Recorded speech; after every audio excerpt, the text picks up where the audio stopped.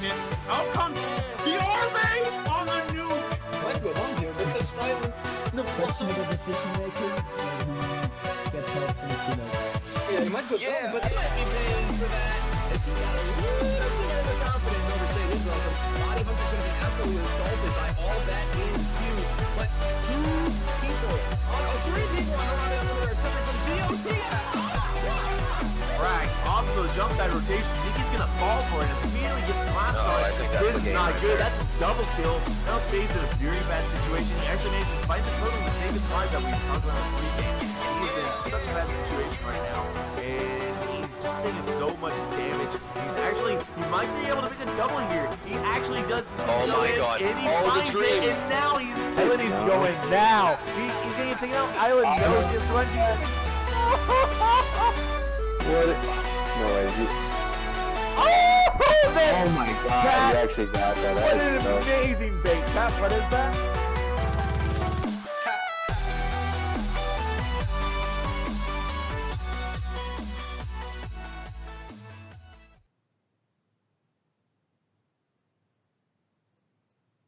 Hello ladies and gentlemen, my name is Mr. Pillow and I am pleased to once again welcome you guys to the Awesomenauts Rumble Scrim Show. This is where we take matches from the competitive community and and cast them every week at 12 PM Eastern. Joining with me today is once again Pyro Cheese. How you doing, man?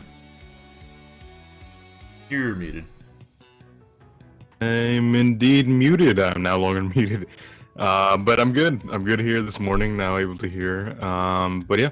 Looking forward to casting some stuff and seeing what we have in store today.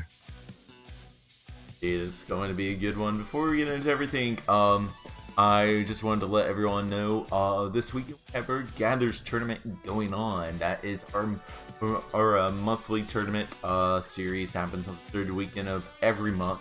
Signups are still open. If you sign up, it's open qualifiers, and you'll just play through a single elimination bracket Saturday. If you make it to at least semifinals, then you play in the playoffs this Sunday, which are going to be casted live. Both we'll have streams of the event both days, Saturday and Sunday at 12 PM Eastern. And if you didn't catch the announcement, first, every single participant who completes one match, win or lose, is going to be winning a Genji the Gray skin. And big thing, if you guys didn't hear, is that there's a brand new tournament badge. I'm not talking like the cat icon, I'm not talking about an alien icon, I'm talking about a tournament icon that literally no one watching the stream right now has. And you can, so far, the only way to get it is to win a Gathers event. I don't have a picture yet, it should be coming in, according to Ronimo in patch 4.1 or 4.2, but you can go ahead and win it this weekend. For more information about all of that, check out all the social media links right below us, the Twitter, Discord, all that good stuff. But you guys don't want to hear me dwell about future stuff forever. You guys are here for the current. So, what I say we should get into the first draft. What do you say, Pyro? It sounds like a good idea, and I'll go ahead and get started with that. So, on the red team, we're gonna have Lucopal, Jask123, and YOLO against Body Hunter, Shiz, and Paolo. And on the red team, we're gonna have, well, I guess in the match, it's on the red team. It's gonna be Lux, Vinny, and Ix. And on the blue team, sorry, struggling right there, it's going to be Penny, Swiggins, as well as a Ksenia on the enemy team. So, kind of overall picks. I think it's going to be a lot of damage coming out from both teams in this case. It's kind of difference between bursty comps and a little bit of a brawl comp, I would say. Ix, especially on in this case, the draft team is a little bit backwards, but on the red team, the Ix, I think is going to be an interesting pick just because a lot of times in competitive, Ix can be really, really powerful because it's a very clear initiation as well as a very clear indication of where the team is going to end up, assuming that they get a good swap. So they're going to be able to capitalize, especially with Vinny on all that burst. At the same time, though, on the blue team, we're going to have that Swiggins, a good initiation there, and a lot of follow-up damage from like Ksenia or Penny, who have a lot of mobility, especially on this map of Agalon. It's pretty tight spaces, so there's not a whole lot of room to escape. So we'll see how things go from there, but I do expect to see a lot of damage coming out from both teams. Yeah, no, I completely agree. It's kind of traditional, but comps with kind of, I guess, wrenches tossed in You got Jimmy, Vinny. Here's the Ix though. And then you got like Swiggins, Penny, and a Cassinia to help kind of keep the pressure down. By the way, I did want to quickly remind everyone. Guess who you think is going to win into the chat? Type. All you gotta do is type red or blue. Guess correctly to be eligible for a giveaway after the match. There's no fancy chat command. We're keeping track of it manually. But yeah, one of you guys who guesses who wins correctly will be taking home a piece of DLC after the match. You have until the match begins to get your guesses in. We have huge damage coming. Team fights, I think, will be overall pretty short because people are just going to get erased during these fights. It's going to be a honestly just kind of blink and you miss it sort of thing on the kills, in my opinion. Right. And just as a quick aside, I think on the stream really quick, I see that the banned knots are Genji, Swiggins, Deadlift, and Ted. While over here I have that the banned knots are Deadlift, Frog, Genji, and Gnaw. And I was just pointing that out because there's a banned Swiggins while someone is playing Swiggins, so I'm not sure if there's a discrepancy there. I think that's actually my bad, I'm sorry. Okay, yeah. That's fine. I just wanted to clarify that really quick. I'll put the draft in the chat. Oh, good catch though, good catch. But yeah, so if you had to pick, Pyro, who do you think is going to win this one? I would say, in a competitive sense, it's tough to say because Swiggins has always had a rough time with CC, especially against someone like Lux, where their charge can basically ruin their day. I've been in a lot of situations against the Lux as a Swigs where, you try to get them out of it by stunning them with your hook, but you simply can't because you're being constantly knocked back, so it just cancels immediately no matter what happens. As well as with Ix, like, you can cancel out of the bond in that situation, but it's a little tough in that way. So it's going to be interesting to see how the CC plays out, and I think that's where most of the interactions are going to come in, and see how those are going to be where the kills come in. I think just that starting CC, can they cancel that initiation, or are they going to be subject to it in that case? But who has the edge? I think I would have to give it slightly to Red Team, just because I think there's a limited amount of things that they can do against Ix as well as to Lux, and there's always that big burst damage from Vinny, and Weakening Cloud and things like that have been very strong lately. So we'll see, but I think I would say, if I had to pick, I think Red Team has a little bit of an edge, but we'll see what happens throughout the game. I definitely agree. With that said, let's get into this match here. I am at the 12-second mark. Would you like to give us a countdown? All right, let's go ahead and get started at 12 seconds in 3, 2, 1, go. Actually, I think I forgot. It is the new system where it's going to take until the 42nd, but 20 more seconds of watching these guys get ready, I guess. Oops. On the blue side, you got Paulo playing the Penny, Body Hunter playing the Swiggins, and Shiz, that's Aimbot, playing the Kesnia. And on the red side of things, you got Yolo playing the Jimmy using that super secret jump pad, Jazz123C playing the Vinny and Spike, and Lucopal playing the Ix. And they're immediately going to kind of charge in. Looks like Luco is going to be the one to take up the Stealth Orb here. And he's going to get anchored down while Invis. He's not using his abilities yet, but he's just going to burn the Invis. Get a little bit of life still off. We see interesting abilities being picked up. We see Silence, Agent Octant, Future Girl, Double Lives Still, Double Dead Seahorses, and the Danger Pins. Oh, and Luca's going to take a nasty pulse. He's going to get picked off by Shiz. This is going to be the first blood of the game. Shiz going in harder, trying to interrupt some lane rotation. She doesn't have a team, though. She's going to take a lot of damage from the Spike Dive. But Body Hunter's going to come in, get some poke back in return. Now Jas is going to get picked off on the lane rotation again. Just a very good combo of the Anchor Dive and the Penny combo right off there. And that's going to be a good frag for Body Hunter, and the push is immediately going to go their way. But Body Hunter's going to overstay his welcome. He's going to get swapped here, but he looks like he might be fine, but not Yellow if it has anything to say about it. He's going to go in with the Danger Pins and get a very nice pickup there. Body Hunter thought he was good. So blue team playing extremely aggressive now. They'd had a little bit of an overcommitment, but that I think was just kind of more of an isolated mistake. But overall, I think they got some good map control. Pyro, how does Red Team contest this? I think at this point it is kind of just reconvening and making sure that they're not going to get swapped just like that, unfortunately. That's one of the things I was mentioning, just with a simple swap like that, a lot of damage can come out, so it's going to be tough to combat that, especially since it can happen so suddenly, just like that, and any moment you can be swapped and be taken out, basically. Just like that again, you think you're safe by your turret? Nope, swapped out like that. So I think they just need to maybe cool down a little bit and maybe not play it so aggressively, like right there Swiggins was going from behind, which usually would be a fine tactic, but at the same time, like I said, that swap can be so lethal. One of the things that I was going to point out that I thought was interesting was two of the members on the red team piggied while no one else really did. No one on the blue team piggied, and the Lux did not piggy. I kind of wanted to ask your opinion about that, and maybe in general, just pigging immediately right on the ground, not really having a chance to team fight or anything like that. And what you felt about getting that extra solo this early, whether it's worth it or if you thought maybe another approach would be better. It comes down to the comms more than anything, to be perfectly honest. You know, I don't think there's a necessarily always right or always wrong answer. You know, you piggy bank because you get upgrades that are going to help you. And is that upgrade that you're going to get going to swing things in your direction? You know, if you're piggy banking so you get like an extra stage or region or something, it's not going to make a big difference in a team fight. Probably not the best of news, but like for example, if Jimmy were to piggy bank into Micey the mech pilot right now, and you know, the entirety of the blue team went on him and he was able to stay alive because he knocked all three of them into Dead Seahorse's side, then yeah, totally. Oh, and looks like there's gonna be a big fight coming here. There comes the pins, and YOLO gonna be completely blind and charging nothing. You're gonna get out. That was some very aggressive boldness coming out there, going for the very coordinated play right there in the little pocket above the red turret. But yeah, and there's also things to consider, like we got piggyback into, for example, Dead Seahorses on the Vinny.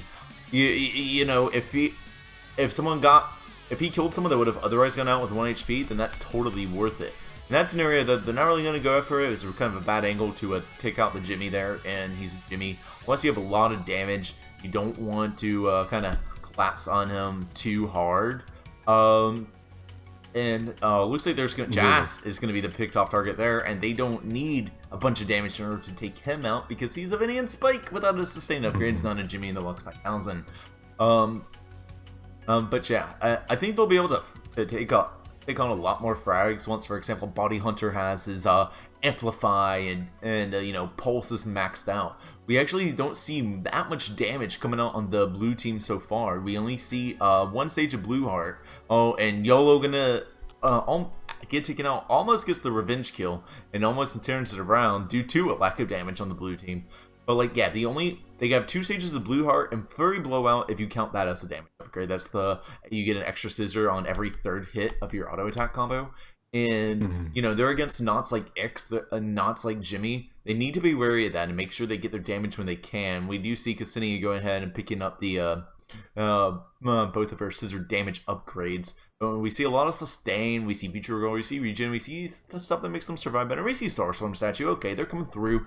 Because yeah, that's one of the biggest mistakes people make, is not buying enough damage, especially against Nuts, where they really, really need it matchup-wise. And very great ambush coming down here, and that was just a very, very clean pickup. Body Hunter was hiding in the top bush, comes down and makes that perfect double Agent Octave initiation. Paulo comes up and just beats people up until the double kill happens.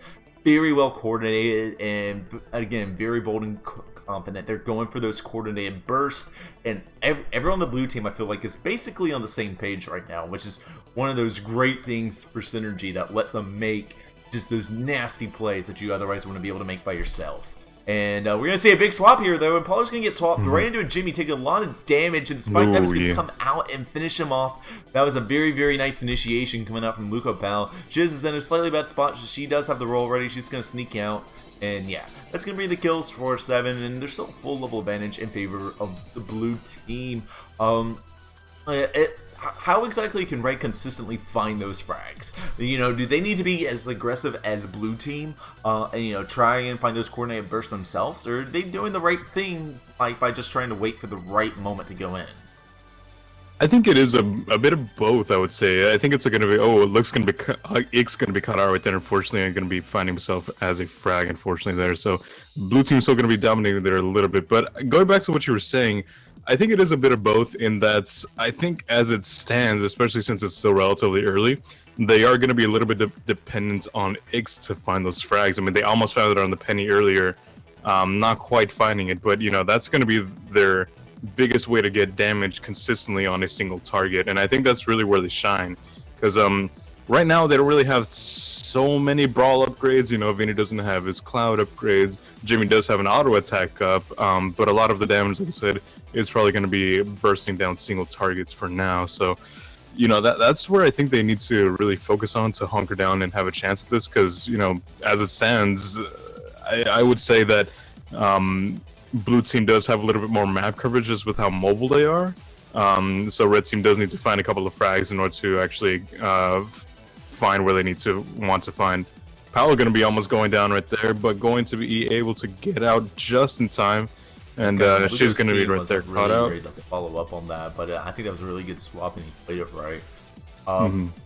We saw just another interesting upgrade get picked up by Paulo here that we're not really seeing as much in the meta, even though it's a very solid upgrade. We've seen the 9-tailed fox badge, which gives him a speed up for every charge he has. What do you think about how that's going to play out? I think it's an interesting pick, I would say. It's a good pick, like you were saying. It's good just for the sake of having more mobility. You know, when you have more mobility, there's nothing really to complain about, really. It's just about like what you would rather have on that auto attack row. You know, I see a lot of times people getting herring snack badge, damage, range, penny. That was a really big fight right there, by the way. Yeah, it was. You know, we had a 1-for-2 exchange there, and just kind of they kind of all exchanged their abilities, and that goes back to the blink and you miss it type of gameplay that I was talking about. They saw the anchor dive and the spike dive get traded on. Both teams kind of walk forward into each other, use all their abilities, and ultimately it went in favor of the blue team and helped solidify their lead and making it a very solid 10-5 kills. So they kind of got them up on a 2-to-1 ratio there. She's going to go back, spend some upgrades. Yellow's just trying to get this cleared out, keep the lanes pushed up. He's going to go home and spend his 400 solar. We see Bobcat being picked up by Shiz, meaning she's going to have a lot more damage output now. We see the damage break, the Pneumatic Spoon coming out on Body Hunter, and he's going to miss the anchor dive. He's going to get swapped back. He's done. He's getting bodied there, but Paulo. It was a trade. Jazz. Yep. Now, you know, that was. Well, Paulo knew that was a waste of time trying to save body. There was nothing he could do, but he could apply damage to Jazz while the rest of Jazz's team was distracted with the body hunter kill and took advantage of that. Shiz is going to go down, take a kind of DPS fight that she couldn't win, and Luco's going to pick up a frag there. This is bringing it to a total of 2-2 here. Yellow went down there somewhere in the process of all this. It's just Apollo and Luco dueling it out there. Apollo should be able to win this with silence if Luco stays out, and it's going to be a whip. Luco can probably go in, except I forgot body hunter's back, so now, yeah, he's done. Never mind. I guess I would have died there as well. and Body Hunter just gonna get that cleared up. Probably doing a really good job here. He's actually currently 8 kills and 1. A lot of it has been due to great initiations, of course, coming out from Body Hunter and Shiz. But, you know, it shows like how consistently he can find the frags when they're there to be found. Yellow duking it out with Shiz, gets a nice backwards danger pin there. That's a little tech you can do where if you hold the opposite direction of where you're charging, when you win your charge, you shoot your danger pins in the opposite direction. And uses that to make Shiz back off. Paulo gonna get swapped. He should be dead. Yeah, there's nothing. He let himself get caught out. Shiz trying to pick up Yellow there. Gonna get him extremely low. But Jazz gonna do a little bit of body blocking so that she can't quite find the last hit.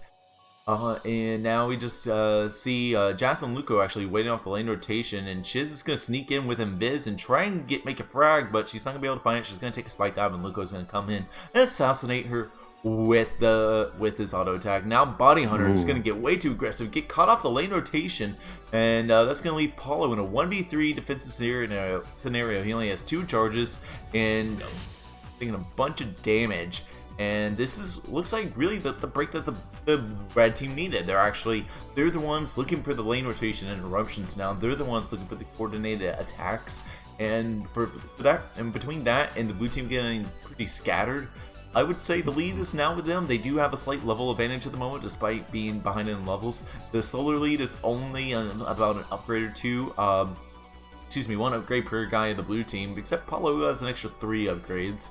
Then again, he is as I mentioned earlier, got kind of doing the best KD here. Body Hunter going to get swapped, and there's going to be a charge, and that swap might have actually prevented that charge initiation because he actually swapped them past the route of Yellow's danger pins. They could have coordinated that a bit better. Now the blue team is going in hard. They have the advantage, and the abilities are down, and they're just going to clean up Yellow before you can see what happens. And Luco's in a bad spot, and that's going to be a wipeout in the entirety of the red team, actually, just all getting fragged out, and they tried to control the top mid lane when they had used all of their abilities. Like, they had taken a team fight, they had not been able to successfully, you know, do much to kind of pressure down the red team, and they all kind of got poked down. But now, as a result, they were able to easily take the next fight because red team took it too soon and pick up a wipe, and now they have base exposure. What does red team need to do different now? Because every bit of advantage I said they had, they just completely lost. Is it that? I guess that was it, but what else? Yeah, that'd be something nice right there, you know. That! 2 for nothing. Okay, I mean, you know, I think sometimes the game speaks for itself, but yeah, I mean, I was gonna get into that, just like, you know, reconvene, make sure they're actually using ability on knots instead of on droids, because I was actually gonna point out earlier in the team fight that led to a red team wipeout that Vinny had actually used his spike dive on some droids, and I feel like the blue team picked up on that. It's like, you know what, his damage is gone. That's probably the big damage dealer, at least burst damage dealer in the entire game right now. So with that gone, it's safe for us to go in and maybe make something happen, and they did. You know, red team obviously coming back with a vengeance in that case, coming out with a wipe of their own. I was going to mention you know, one of the things that I was going to say is that in order for red team to get back into this, they would need to actually get back into the groove of what they had a little bit before, where, you know, making sure that they're coordinating with Ix and also trying to aim for staggering the deaths on the blue team, which I think always goes a long way in terms of map control as far as pushing, just because if you can keep up that 2v3 constantly, you're in an advantageous position to begin with. But if you can sustain it consistently, you know, who knows what can happen from there. You can always get some nice things going from that. There was a team fight going right there. Ix going to be cut out right there and actually going to be going down, unfortunately. So it is going to be a left for a 2-3 against the red team right there. Pal going to be going in towards base a little bit, maybe doing a little bit of harassment. They're all going to be going in right now, seeing as they know that Ix is gone right now, so it's a little bit safer to go in. Just get a little bit of base damage, a little bit of harassment.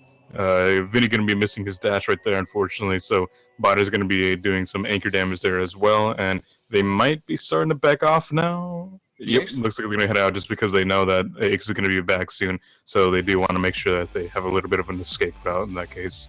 Very interesting upgrade that just got picked up by Chess. One dude I'd like to see make a big play because I don't see any competitive that often is Stealth Cloud. That is the upgrade that makes Cloud of grant an invisibility effect to you and any of your teammates who pass through the cloud for 2 seconds, or for you know, like all stealth, so it wears off also the first time you use an attack, whichever burst.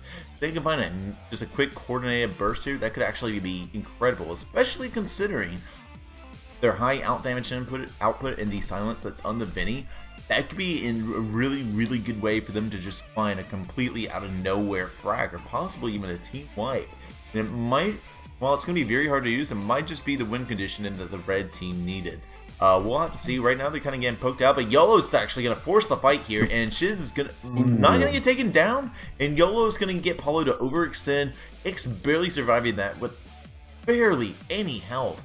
I'm really surprised they won that. That kind of just shows the incredible damage output that the red team has, and how they can, you know, if they get their abilities in quick, they can kind of take fights that you didn't think that you would be able to otherwise take. And that was a very clean pickoff. Now the red team has Invis, plus the Stealth Cloud that they could still pop whatever. And, you know, Body Hunter and Shiz can't really do anything besides stay behind a turret right now. And there's, you know, they're not the best of defense. However, Paulo has picked up the gun on Penny, which means that he can clear and defend and push harder. So kind of a little bolster to their turret defense there that I think they were kind of needing at this state of the game, especially when things like Missile Chip exist. We see a little bit of footsie nuts coming out. Both teams looking like they want to go in, but they just want to, you know, not make any too big of mistakes. The next team wipe could really set the tone of this match. It'll either just be the blue team's win, or it'll be a very, very intense situation where it's, you know, double base exposure that sort of thing. So we see we haven't really seen any fights happen for about a good minute or two now. This might be it right now. Yeah, Shiz is going to go in for the flank. She's going to silence Yellow. Body Hunter taking a lot of damage. He's going to get swapped off here, and he's going to get swapped right into Yellow. He's going to finish him off with the Danger Pins. Not a fight that they were able to win, unfortunately. Getting a little bit too impatient there. Shiz is taking a spike dive and trying not to... she's actually going to get very nice backward spike there, or knife there. But Paulo's going to get taken down. He bodied for 2 bit longer. No, she's not like this. Okay, she was really one with the Jas there, but... she's getting really, really greedy. She's still going to be in a 1v2 defense scenario, which Ksenia versus especially guys like Ix and Benny is not the easiest thing for her to defend. She's going to have to make bold, aggressive moves instead of worrying about clearing that, which she is, and that's going to make Jas back off. They're trying to see what other pressure they can hamper down, and now so that's kind of the Ksenia defense tactic. Like, if you're just staying behind your turrets, Ksenia on defense, you're doing it wrong. You're not going to defend crud. You're probably going to lose your life, if not take a lot of damage, and they're going to get like half the turret. But they're going to go in hard very right now. Paulo trying to see if he can find the frag. He just needs one more bounce, and he finds it. And Luco going to get taken down while Red Team just D's up. They're in a similar situation to what the Blue Team was just a few seconds ago, but they are going to go base, force a fight. Missile chip is gonna be much. They can probably take a spike dive if they time it really well. The main concern here is Paulo. But the regions are active. You don't want to wait too long, and they're backing up a little bit. Oh, there it is right there. Paulo taking a lot of damage, and that was nice. Spike dive into missiles and the danger pin pick off right there. Gonna send Paulo home, and that's gonna be a frag that the red team really, really needed to, quickly regrasp the control. This is how you can kind of tell it's a good match. It's that the control of the map is going back and forth, back and forth. One team makes a pickoff, the other team makes a pickoff. They're usually 1 for nothings or 2 for ones, and they're just it's very like a lot of the fights are happening, I guess, as a result of mistakes. Oh, but look at this fight here. You're gonna see she's coming in with a flank, but her team is not quite ready to follow up. Body Hunter kind of not really anchor diving anything there. You're gonna be like he did it in spirit. It's okay, Body Hunter. And here's the big fight here. We're gonna see everything come out. We're gonna see Jimmy just going in. He is full health doing post team fight DPS cleanup. Not a good situation to be in. And now Shiz gonna get taken out by a spike dive. Just way overcommitting again. Way too blood slide onto Lucopal there. And now that's gonna lead Paulo to defend in a 1v3 scenario. They should be able to destroy a lot of the turret, if not completely take it out. Paulo's gonna forsake his gun for a pulse, and now the red team is just gonna tank this turret. Should probably be able to get it. Paulo's not doing anything to contest it. Probably regrets spending his charges there, and now he is left to defend. He's gonna get very nice pulse there, and actually takes out someone completely by himself. Bounty Hunter's trying to get rid of these droids. They need to get to Paulo as fast as they can. He's actually going to juke his way out of there. Now Shiz is there, ready to bodyguard if they decide to commit any further to him. That was some very nice gameplay from Paulo there. Very well done flank, and just well done kiting and juking, and good game sense overall. And now control is right back in the red team. The 3 of them are going to go, and we're going to see the spike dive come out. And oh, there's the anchor dive there, but the pulse and the anchor hook is going to be a whiff. Everyone getting pretty low here. When they come back and defend this, who's going to win this fight, Pyro? It's a tough question because, I mean, it depends on who lands the first ability, I would say.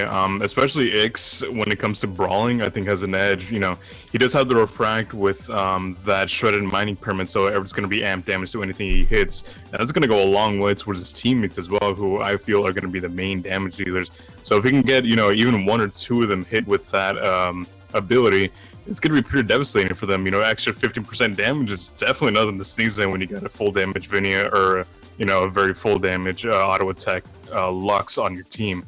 So I think when it comes to the next team fight, really it'll be decided in the first ability, or in the first 1 or 2 abilities that are landed. That's really going to be the determining factor to see who's going to win that fight, I would say. Definitely. And it could also be like right there, we saw Jess, use spike dive on the droids like he did earlier, and it can also come down to some team not having their abilities ready. Like Body Hunter is going to completely miss the anchor dive, and now it's going to get completely collapsed on. There's going to be a pulse. They might not be able to win this fight though. It's a straight up 2v3. Shiz might be going down, but she is invis and should be able to sneak out. Barely be able to do so. That missed anchor dive might have just cost blue team the game. We're going to have to see there. Shiz is doing their best. Paulo's going for a back door. It looks like we might have a base race coming out here, but might not be a good idea. Ksenia is very, very bad at the defense here. She's going to get taken out, and yeah, this should be the game. Paulo should have definitely not tried to do this. Even if he wins this fight here, which I don't think he's going to, he would not be able to win this base race. Paulo is trying his best to defend.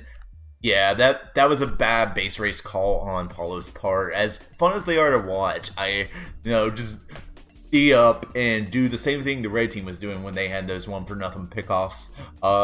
So unfortunately, not unfortunately, but kind of, I guess, nearly anticlimactically, that match is going to go towards the red team. It was a very, very good match, extremely back and forth. What do you think about the base race decision there, Pyro? Like, could he have pulled it off, but maybe have just done it differently, or is there something he could have done to have made that work? I think overall it was not necessarily a bad call inherently, but a call that I think was a little bit. I'm struggling to find the word here. Maybe misinformed or something. As soon as he saw the Lux come out, or had he known that the Lux was going to go back, I think that would have been the call to maybe try to run back to base or teleport back and try to defend. Because like you were saying, Ksenia 2v1 defending, especially on the base, is not a very good. It's not very powerful, to say the least. So I think with that situation specifically, it was a rough call. Like I said, not necessarily a bad one, but I think just a little bit not ideal. I mean, obviously not ideal. They ended up losing the game for it. But I think it was just a little bit of it was a risk, to say the least. But I think one that was, even with the information given, I don't think it was worth taking, and in my opinion. Yeah, I agree. I'll just call it a bad call. Love you, Paulo, but I don't think it was a good one. But yeah, I mean, they played really well all game. It was just, that kind of shows what the power of the late game nonce is. You can make a million great decisions all game, which Paulo was being a straight up Finny badass all game. Like, he really was. He was duking them out. He was fighting 1v3s and still winning the frags, playing extremely well. But, after the late game, like, deaths matter more, and you get punished more for dying in the late game than you get punished for dying in the early game, because the amount of push that's kind of granted as a result is significantly more. The droids matter less, and they have better upgrades. The team that got the kill to push harder with and to sustain longer pushes. So that's something you really got to be wary of. It was a very, very fun match to watch, though. Extremely back and forth, and it's one of those that you really don't know who's going to win until the victory happens. You know what I mean? Even then, I had some doubts, like, because Bunny Under and Ksenia, Shiz, both got their targets to like 1 HP, and it's like the sort of thing they dodged one more auto attack or landed one more auto attack. Blue team could have won this, so. It really down to the nitty gritty, the haywire there. Right. There was a couple of missed kills, I would say. I mean, not necessarily, but just like very, very close kills. There's one in particular that I remember that Ksenia was going behind them, and Lux just left with like you said, like just a single auto attack. Even like a little bit of turret damage would have taken him out, but unfortunately, not finding purchase with that. And those little details, might have been able to turn the game around. Being such a close game in the end, even something like that would have definitely changed things potentially for the other team. And there's one of the frags that we really talked about there was kind of that missed ink dive. That did not go well. And that was the beginning of the end, I would say. Oh, absolutely. And even on Shiz's death on defense, like you can see her last 2 knives were suddenly targeted on Vinny, when those same 2 knives would have taken out X. I think she would have been able to get it before the refract came back. And yeah, it was a very interesting match to watch, and it shows again, I guess, how much it comes down to just do again that to the nitty gritty there. I think is the best word of it. The tiniest slip ups matter when you have players as skilled as these. So with that said, we're gonna take a short break. We are gonna be right back. We are gonna do a giveaway in the chat during our break. We'll be back in about 5 minutes ish. Do not go anywhere.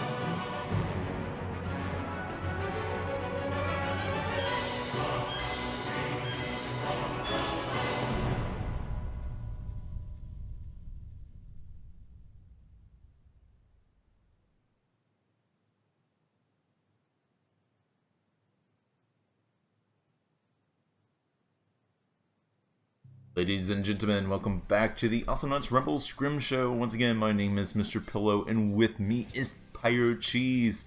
And hopping right into things, Pyro Cheese. We got a draft in front of us. How you want to take us through it?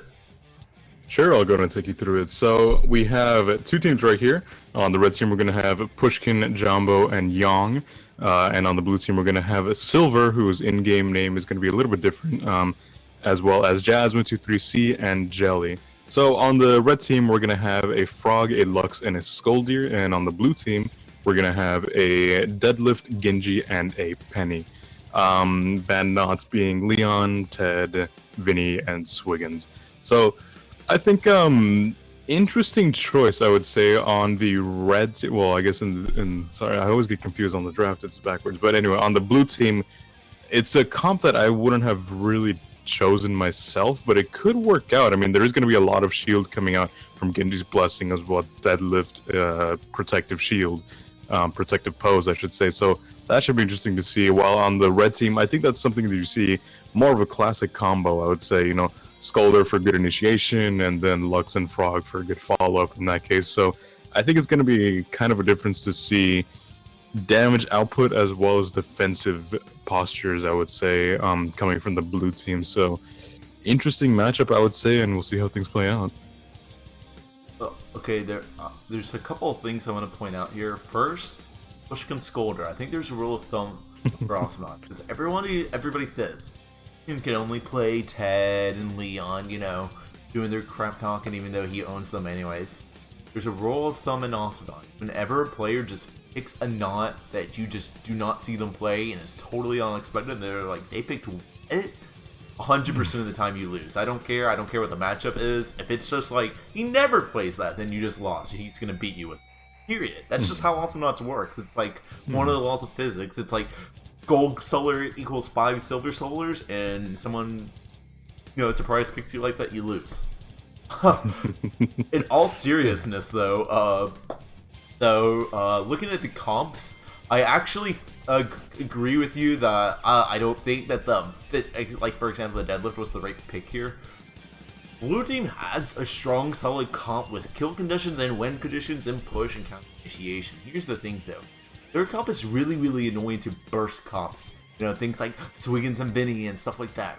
But red team is playing a brawling comp, which means they try and simply last as long as they can in the team fights while continuing to deal out lots of damage. They could try and get, for example, as many third hits as they can while staying alive. And for that reason, like, if it was 3 Frog Gs, then yeah, blue team would have it. But you know, for example, Protective Pose isn't as effective against a Jimmy that's just trying to stay in your face anyways, trying to, you know, outlast the team fight so he can go in with his post-team fight DS here. So for that reason, I kind of think of the red team. Froggy G, of course, is countered by kind of these hard counters to burst, but he's going to force the red team to use them. And that's what the red team needs. Like, their condition is to get Jimmy and Skolder still in the fight, still confident and going in, even after things like Monarch Blessing and Protective Pose have been burned. And if Froggy G forces their hand to use one of those or both of those abilities, then I have to give it up to the red team here. I would have to agree with that, really. Like you're saying, there's specific win conditions for both of them, and blue team is going to be really defensive in certain situations, but if it's a sustained team fight, like you're saying, you know, there is going to be sustained coming out from the red team to brawl for a long time. You know, Skull potentially with his heal punch, as well as a Lux with his healing auto attack, and Froggy potentially getting, you know, that splash regen item. It's going to be, I expect to see some long team fights compared to what we're usually seeing with that case, both because blue team has some defensive capabilities, maybe not quite as strong for sustained team fights, but still something, while red team is definitely going to be looking towards potentially having some extended team fights, especially on a map like this, something that's a little bit longer. I do expect to see a little bit more chasing, a little bit more sustained brawling and things like that, so it'll be good to see that. I feel a little bit of a change of pace from what I feel normally see, just people being bursted down constantly. It might make for a more interesting scrim. Indeed, I definitely agree. We're gonna have to see how it plays out, though. Oh, I did want to remind everyone. I think most of you have caught on to this game, but you know, type who you think is going to win into the chat. Either red team or blue team. There is no formal chat command. We just keep tracking it manually and guess correctly to be eligible for a giveaway after the match. Since I did neglect to mention that earlier, I'll give you a little bit more time to get your guesses in, since you have only until the match begins to get those guesses going. And you know, I think we know the comps. I'll just take another second to mention. Don't forget, Gathers this weekend. You can sign up. You get a Genji the Gray Skin just for completing one round. Win or lose, you should do it. That's enough time now. And I don't even think anyone else even made another guess. So let's get into this. I am at the 21 second mark. Would you like to give us a countdown? 21 seconds, sure. Let's go ahead and get started in 3, 2, 1, go. And we are off on the red team. We got Jambo playing the Froggy G, Young playing the Jimmy and the Lux 5000, and Pushkin Jr. playing the Scolder. And I don't know what the junior name is for. And on the blue side of things, we got Silver playing the Deadlift. We have Jelly playing the Genji, and we have Just 1C playing the Penny. So they're kind of going off here. AI Station takes a while to find them. Doing the little creep contest, trying to get the farm going. And a little bit of footsie nuts. We see Sun Punch, Danger Bins, Ninja Worms, Gun, Regen, and Heal Over Time on the Deadlift. And we're going to see Silver start off the fight by just kind of leaping in there, launching them. There's going to be the triple pulse there. Not much more that they can follow up with. And that, especially with a missed leap there, you know, all Jelly can really do is smack that little paddle around, especially in the early game. There might not be enough damage on the blue team also, which is another thing that we kind of neglected to mention here. How do you think the first blood is going to happen? I think it's going to be mostly dependent on whether Skull can get a throw or not. And I think that's going to be the start of one of the bigger team fights, I would say. And depending on how that team fight goes, that might be first blood right there. You know, a good throw into a follow-up. If they got a throw, for instance, on Genji, who's burned a cocoon, that might be a kill on Genji right there, no matter what the rest of the team does. But, you know, it's going to be dependent because, you know, at the same time, Genji could get a good cocoon on one of the red teammates. And, you know, while he might not have a whole lot of damage to follow up on that, it's still damage. So depending on how things go with that, I think it really depends on how the first initiation is going to go. I definitely agree there. And the thing about the cocoon is that I don't know how much, you know, the blue team can, you know, kill a cocoon. Jimmy gets cocoon, so what? I think what they would have to do is, like, for example, they would have to get him to use the charges and escape, and then it gets stun canceled by a pounce. But I mean, that's so dangerous. There's gonna be the throw that causes the first blood. There's gonna be the double kill, and Pushkin going in, trying to see if he can find the frag. He gets the third punch, get cocooned. Actually manages to find a throw anyways. He might have just killed himself, but he got a nice sub punch that probably saved his life. No, don't worry, Pushkin. Nobody saw that. Yeah, but I mean, first blood right there actually ended up being a 2-for-0 trade in that situation, and it did kind of come down, like I was mentioning, you know, not to say that I was right or anything like that, but it did come down to a key throw on the deadlift that did go into some sustained damage that really overwhelmed him. He did pop a productive pose in that case, but simply was not enough to keep him alive. Penny going down in that situation as well, just trying to, you know, help his team out, but unfortunately not being able to do much to help them out until the very end. And one of the things I was going to mention is that if they can't find those kills, like Pushkin or Young, if they're the ones Cocoon, can easily just turn around and use their initiations right out of Cocoon, get a kill, especially when they all approach. Like right here, he's going to try and charge left if he can. He's going to get taken out. It's not going to work well that time, but he always has that option. Jammer going to have to go splash dash home. If, for example, we can see a splash dash happen, especially when he makes a charge like that, to kind of keep the blue team in check and keep them stunned, then that's something that could end up really devastating him. Potentially cause a wipeout.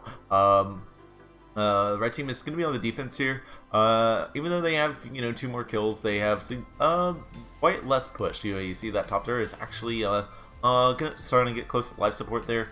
Even the blue team's top turret is more pushed than the red is less pushed than the red team's bottom turret. So it's always interesting. I know it's only a 1 kill difference in the game, but you can always tell which team has the push advantage here. And with Genji auto attack and a what do you call it? It's a gun penny here versus 3 melee defenders. Red team is really pulling up right here. Their only range at the moment is missiles, which is on a 10-second cooldown and does not fully clear a set of droids. So, right. No, it's definitely interesting to see the differences with their, with any kind of comp, you're always going to have some advantages, some disadvantages, and to see something like that play out, I think when we were actually getting into the discussions, we were actually almost giving the win to the red team in that situation. But, at the end of the day, the objective of the game is to get to the base, to get to the core and destroy it. So, I mean, if the blue team can pull that out before the red team, I mean, that's them winning no matter how many kills they get. So, it is kind of interesting to see that playing out right now.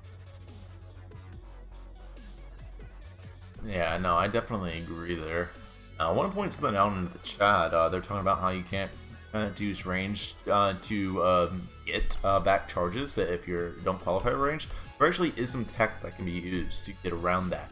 If you shoot a gun and a gunshot and then use pulse, if whatever the shot lands on before that pulse hits will actually gain multiple charges. For example, on 2-stack droids, it'll gain you 2 charges on 1 gunshot. So you actually, because the game then thinks it's a Deathlance charge, so you can actually potentially gain all your 4 charges back immediately using Gun Penny after a pulse. And Jelly, in the meantime, is going to be stunned into fire and just not be able to wiggle out of it in time. So that was kind of a funny frag while I'm just kind of explaining some tech that isn't getting used that much. And Jazz isn't going to be using any tech to get out of that death for now. But Silver is taking this fight, which he could win. It's not a good one, though. No, unfortunately not. It was kind of close. If he had gotten a cooldown on his lunge right there, it might have been a different story. But they're going to get a free turret right there. More like, yeah, they're definitely going to get that turret. And it's going to be, right now, I would consider the blue team staggered right now. So I think one of the main things they need to focus on is, reconvene, make sure they're not dying anymore, and then just going in there. Pushkin Jr. right there. I don't know why I call him Jr. I guess it's in his name, but yeah, that'd be a good reason. I was just reading his name and it immediately was like, Jr. What? Whatever. Almost went down there. Unfortunately not. So they are going to be back together again. I'm just going to be looking for something to happen right there. Lux right there at the bottom. Defending, the big bot's coming to come out. Let's see if there's going to be a team fight right there. They are approaching the blue team and looking for a throw right there. Technically going to get off. You can see Oily activating right there, but unfortunately not an actual knockback affected, so no fallout there, unfortunately. But Penny going to be coming from behind. Is it going to be looking for a dash? Nope, not quite. Just going to be doing a little bit of harass, potentially just making them want to go off. Is that going to be a throw right there? Nope, unfortunately another whiffed one right there. But, for now, it's a little bit of Awesomenauts, a little bit of just seeing what the other teams are going to be doing, trying to find some purchase when it comes to the landing the abilities in order to get some follow-up. That's going to be something right there, though. It's going to be leading to a team fight with a Lux charge. Lux is going to be going down as well as Gold. Not quite. A couple of key stun punches are actually going to let him get out. Everyone going to be pretty low, but Gold are going to be one of the lowest. Frog did have to teleport out, being caught on the other side of the blue team. So right now, that was a 1-for-0 trade with Skolder being relatively low, so he's going to have a tough time defending, I would say, especially against a push like this. And I say that the push is entirely gone, so, just forget what I just said. Definitely. And, and that kind of happens when the action gets that caught up. You're like, huh? What just happened? What? Yeah, right. Now we can... bit of neutrality here. Jambo's trying to get them to start the fight, but doesn't actually want to start it. Kind of just Froggy G things. Splash Dash is out taking a lot of damage without doing anything damaged back. But now he's gonna find that. He's gonna find a nice stun. The Monarch Blessing's gonna get popped. That's both protected post and Monarch. Red team should be walking forward, which they are. Don't get too greedy, but do try to apply pressure. It's better if they get that beta one on the top turret, so when the blue team backs up, they then get pushed as a result. Jambo is on bottom lane using Tornado. Blue team could try and find something as a result, but there's gonna be a whiff throw. They need to be going in, and they are. There's gonna be a whiff splash dash. The Cocoon is going to hit. Anymore, they don't want to get initiated on. He's trying to find a throw, and that's actually really well done. They got abilities baited and they went in. Now Jazz finally finds that pulse, but way too late, and turns that into a double kill as a result. The initiation game from the red team is strong, and they're not correctly capitalizing on missed cooldowns. The blue team. Yeah, I was gonna say, I think that's a really good example right there of what we were talking about earlier, that when it comes down to it, the red team has a very much stronger brawling comp than the blue team. And I think that's what really happened, you know. Abilities were blown, but red team still had at least some confidence in order to go in and actually manage to find those 2 kills. And that 2-for-0 trade really did lead them to getting a lot of push, as well as getting that top turret right there. Lux right there, barely getting out with his life. Nope, that's my mistake. It's going to be ended with a dash right there.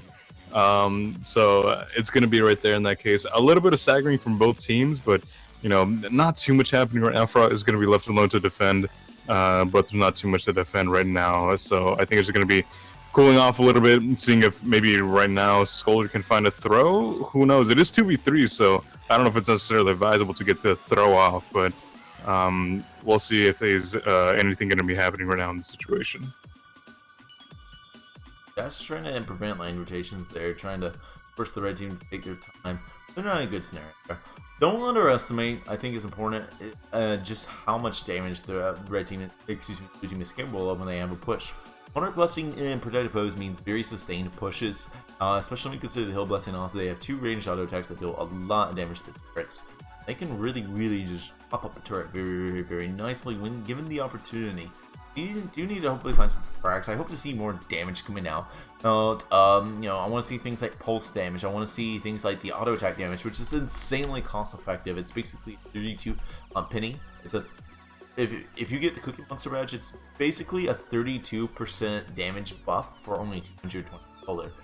Most knots get less than that for like 400 solar, broken up into 2 stages. So just something to think about there.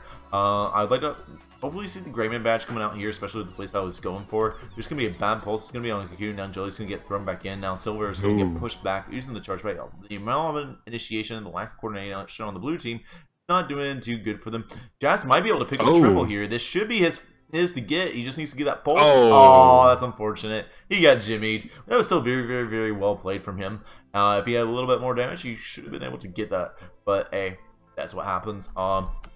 And yeah, now the Jimmy's probably gonna be able to get base exposure off of this, and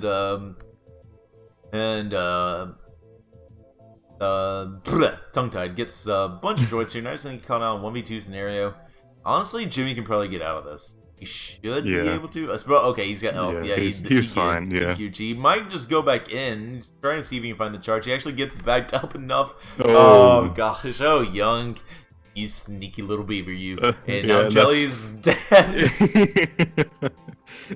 Bit of like a, just choose your fate at that point. You want to go to the fire, you want to go to the team, you want to go to the turret.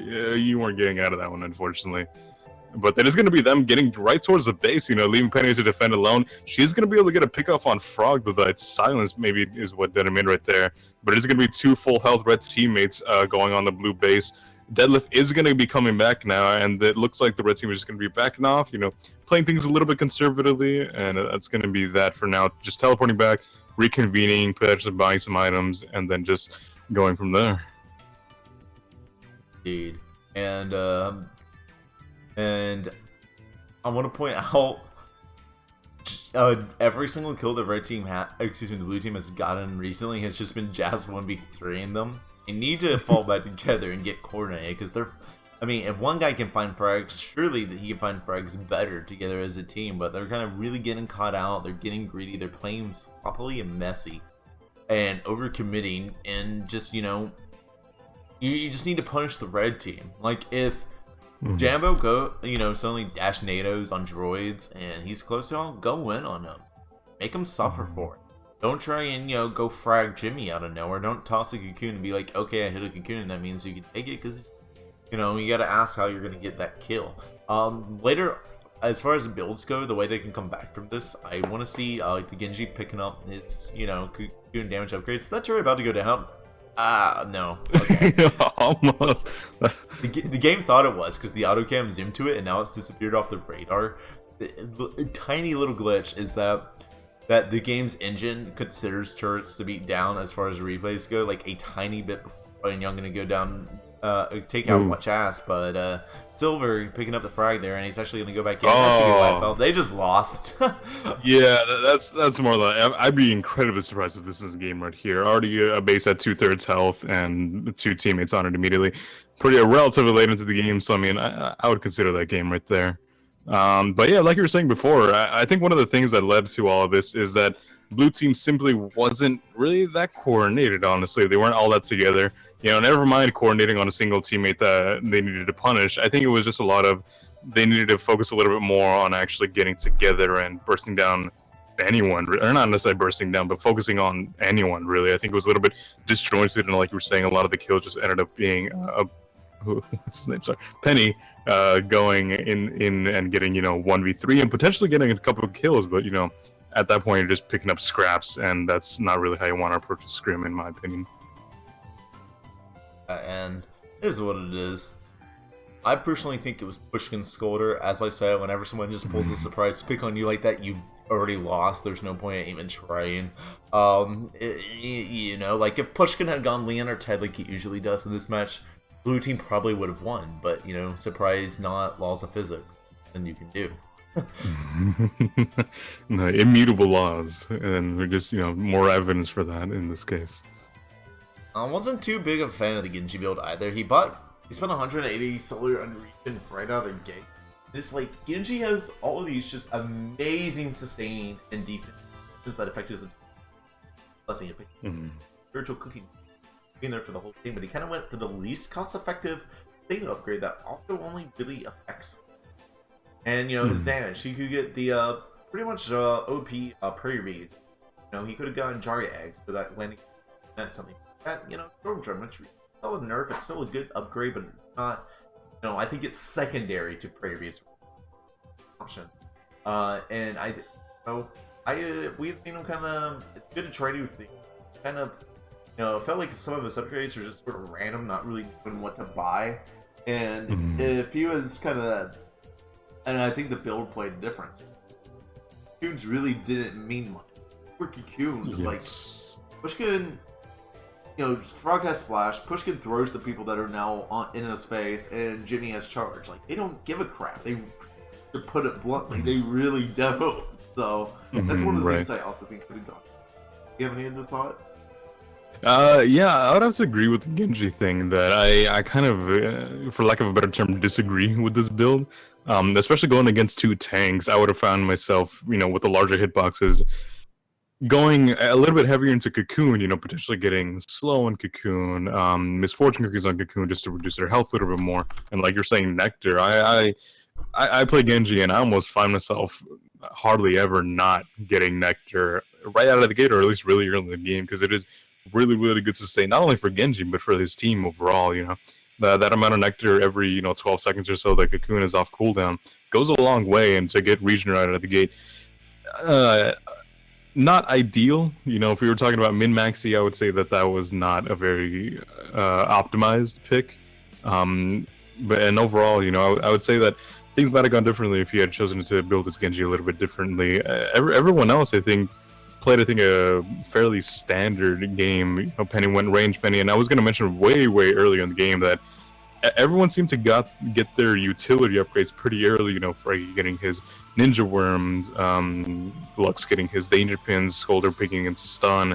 So as far as builds were going, everything was almost set up from the beginning. And I think Genji could have done something a little bit similar. Potentially getting, like I said, slow on Cocoon or something else to go along with that, and maybe something to help out with team fights a little bit better overall. But it is what it is, and these are how things play out sometimes. And that immutable law of knots, unfortunately, that Pushkin Scolder coming through clutch towards the end. So that's going to be that. Well, that said, though, that is our Scrim Show for today. I hope everyone had a good time and enjoyed the matches and the commentary and enjoyed the giveaways. We are going to be back this weekend with our Awesomenauts Rumble Gathers tournament for the month of May. You will not want to miss it. It's going to be awesome. No pun intended. Again, if you haven't heard the big announcement, we have a lot of DLC that's in the pool now. Everyone who completes one match, win or lose, is going to be winning a Genji the Grey skin. Everyone who makes it round 3 is going to be getting a Captain Vinian Spike skin, and what do you call it? If you get 4th place, 3rd place, 2nd, or 1st, at first you will what do you call it? Be able to get skins of your choosing. So definitely something to look forward to. And the first prize is going to be getting a new tournament badge, similar to the cat, but a brand new one. It's not a cat, it's not an alien, it's one that no one has gotten yet. The actual badge will be out supposedly in 4.1 or 4.2, but you can go ahead and win it now for when that badge comes. Signups are still open. They close tomorrow at 11:59 p.m. Eastern. You can get more information about signing up at awesomenautsrumble.com. That's http://awesomenautsrumble.com. If you put https or that link will not work. But again, you can also find more information about that by going to our Discord or our Steam group and all that good stuff, and all that is including our website is linked right below where all our social media is. And yeah, you guys have a great day.